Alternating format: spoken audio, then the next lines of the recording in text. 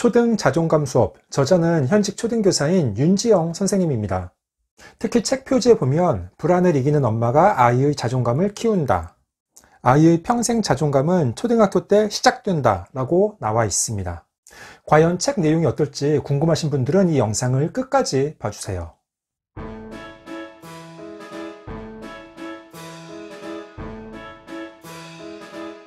안녕하세요. 반갑습니다. 초등교사 해피 이선생입니다. 오늘은 제가 교육과 관련되는 괜찮은 책 한 권을 소개하려고 합니다. 책 제목은 초등 자존감 수업이고 카시오페아에서 2019년 9월에 나왔습니다. 책 가격은 15,000원, 분량은 267쪽입니다.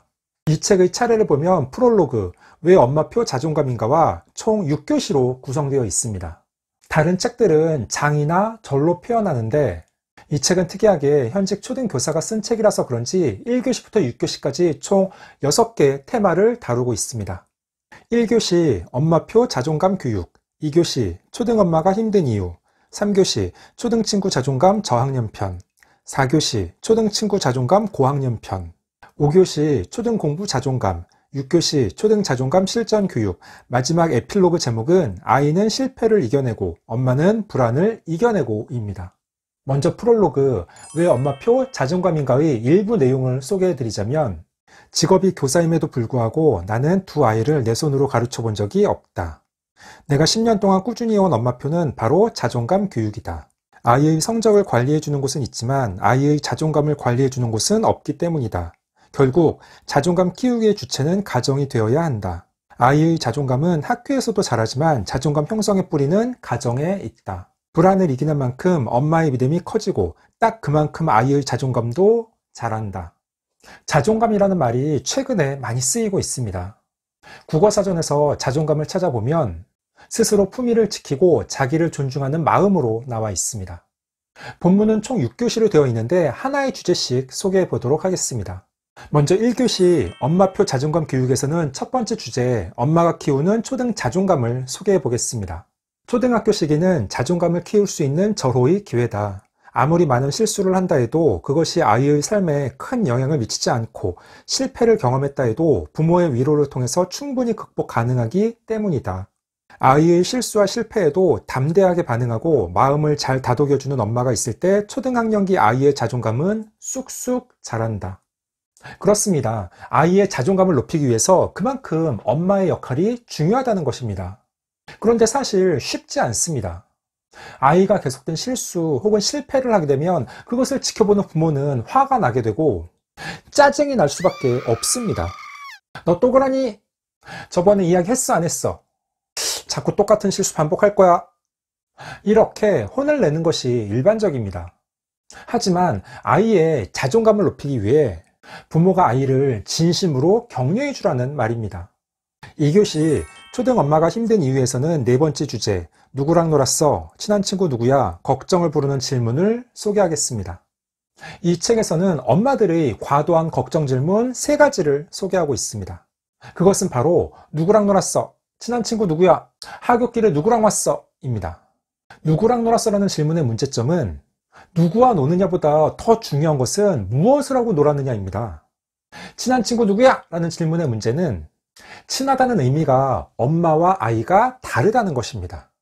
하굣길에 누구랑 왔어?는 꼭 친한 친구가 아니더라도 아이들은 집에 빨리 가고 싶어 하니까 우연일 가능성이 높다는 것입니다.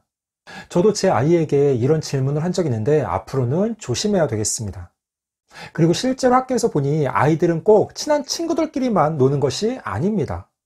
사이가 안 좋은 아이들도 보드게임을 함께 한다거나 긴 줄넘기를 같이 하는 경우도 있습니다. 또한 아이들은 하교시가 무조건 빨리 나가는 것을 중요하게 생각하기 때문에 친하지 않더라도 집이 같은 방향이면 같이 하교할 수도 있는 것입니다. 3교시 초등친구 자존감 저학년 편에서는 네 번째 주제인 친구 문제를 대할 때 해야 할 것, 하지 말아야 할 것을 소개해 보겠습니다. 이 책에서는 저학년 아이의 친구 문제를 대할 때 하지 말아야 할 행동 3가지로 첫째, 심각해지지 말자, 둘째, 개입하지 말자, 셋째, 해결하지 말자를 제시하고 있습니다. 그리고 꼭 해야 할 행동 3가지로는 첫째, 아이에게 공감해 주자, 둘째, 필요하다면 선생님과 의논하자, 셋째, 믿음을 갖자를 언급하고 있습니다. 이것도 지극히 당연한 이야기입니다. 아이의 친구 문제에 있어서 당사자는 부모님이 아니라 아이 자신입니다. 그래서 부모님이 괜히 개입해서 문제를 해결하려고 할 경우에 오히려 상황이 더 복잡하고 심각해질 수도 있습니다. 그러니까 아이를 믿어주고 시간을 가지고 지켜보셔야 합니다. 그리고 문제가 있을 경우에 아이가 아니라 담임 선생님과 진지하게 의논하는 게 더 효과적입니다. 자칫 아이들의 다툼이 부모들의 싸움으로 확대되는 경우도 종종 있습니다. 4교시 초등친구 자존감 고학년 편에서는 무리지는 여학생, 축구하는 남학생 편을 소개하겠습니다. 실제로 고학년 여자아이들은 무리를 형성하는 경우가 대부분입니다. 물론 중학년 때도 그런 경향을 보이지만 고학년의 경우에는 결속력이 강하고 더 배타적인 경향을 보입니다. 그래서 카톡 프로필에도 우리 우정 영원히, 너희들은 나의 베프야 등으로 설정해 놓습니다. 이에 비해 남자아이들은 축구를 많이 합니다. 쉬는 시간 창문 밖으로 운동장을 보면 언제나 축구를 하는 고학년 남자아이들을 볼 수 있습니다. 혹시 부모님들은 우리 아이가 남자인데 축구를 하지 않을 경우에 친구들과 잘 어울리지 못하는 건 아닌지 걱정을 하실 수도 있습니다. 그런데 괜찮습니다. 너무 걱정하지 마시고 아이의 성향에 맞는 다른 운동을 취미로 찾아주시면 됩니다. 5교시 초등 공부 자존감 편에서는 두 번째 주제인 공부 습관은 인정을 먹고 잘한다를 소개하겠습니다. 저자는 저학년의 공부 습관을 들일 때 유용한 팁 5가지를 소개하고 있는데, 첫째, 쉬운 것을 반복해서 익힌다. 둘째, 학년별 공부 시간 공식을 기준으로 삼는다. 셋째, 평가하지 말고 인정해준다. 넷째, 왜냐고 묻지 않는다. 마지막 5째, 순서를 알려준다를 제시하고 있습니다. 맞습니다. 아이들은 늘 학교에서도 평가를 받습니다. 그래서 부모님이 아이들을 평가하는 것이 아니라 인정을 해주시는 것이 좋습니다. 그리고 아이의 왜는 마음껏 받아주되 엄마가 왜 라고 묻지는 말자고 이야기합니다. 아직 저학년들의 경우에는 엄마의 왜 라는 질문에 제대로 대답하지 못해서 당황하고 난감해할 수도 있습니다. 마지막 6교시 초등 자존감 실전 교육편의 주제는 감정 해석하기, 사고 분별하기, 행동 통제하기입니다. 감정, 사고, 행동은 밀접하게 서로 연결되어 있다. 감정이 사고를 만들고 사고가 감정을 통제하며 사고와 감정이 행동을 결정한다. 아이도 스스로 고민해서 결정 내리는 과정을 경험해 봐야 한다. 삶을 움직이는 힘이 자신에게 있다는 것을 깨달을 때 아이의 자존감은 자란다. 이것도 전부 맞는 말입니다. 학년이 올라갈수록 아이들이 고민하고 스스로 선택할 수 있는 기회를 많이 부여해야 됩니다. 하지만 현실에서는 많은 부모님들이 아이들의 모든 것, 옷차림이나 머리 스타일, 읽는 책, 친구 관계까지 모든 것을 좌우하고 결정하는 경우가 있습니다. 그런 아이들이 지금은 별다른 문제가 없고 학업 성취가 높더라도 사춘기가 지나고 중고등학생이 되었을 때는 낮은 자존감으로 인해 급격하게 무너질 수도 있습니다. 그러니까 부모님들이 지금 당장 말을 잘 듣는 착한 아이에 만족하지 마시고 아이의 자존감을 키워주기 위한 노력을 꼭 하셔야 됩니다. 마지막 에필로그의 제목은 아이는 실패를 이겨내고 엄마는 불안을 이겨내고 입니다. 할 수 있는 일을 대신 해주지 않는다는 원칙은 아이가 무수히 많은 실패를 겪는 걸 옆에서 지켜보게 될 거라는 뜻이기도 하다. 하지만 아이는 엄마보다 긴 삶을 엄마 없이 살아야 한다. 오늘도 나는 아이의 실패에 담대하며 아이를 향한 흔들림 없는 믿음을 가질 것을, 아이의 삶을 대신 살아주겠다고 두 팔 걷어붙이는 엄마가 되지 않기를 다짐해본다. 참 멋진 말입니다. 하지만 이렇게 실천하기는 어렵습니다. 부모가 도와주면 금방 잘 해결될 수 있는데 그것을 아이에게 믿고 맡기면, 그리고 실패하는 것을 옆에서 지켜보는 건 분명 고통스러운 일입니다.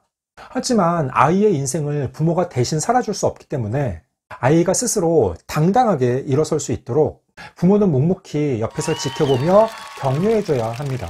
저도 이 책을 읽으며 과연 나는 아이의 자존감을 키워주는 아빠였는지 다시 한번 생각해보는 기회를 가졌습니다. 15초 요약! 오늘 소개해드린 책은 현직 초등교사인 윤지영 선생님이 쓴 초등 자존감 수업입니다. 2019년 9월에 출판되었는데 단기간에 커다란 반향을 일으키고 교육 분야 베스트셀러로 많이 회자된 책입니다. 사람이 살아가는 데 있어 자존감은 무척 중요합니다. 그리고 그러한 평생 자존감은 초등학교 때 시작된다는 것입니다. 아이에 대한 불안을 이기는 엄마가 아이의 자존감을 키워준다는 것이 이 책의 핵심 주장입니다. 저 역시도 동감합니다. 하지만 그게 말처럼 쉽지는 않습니다.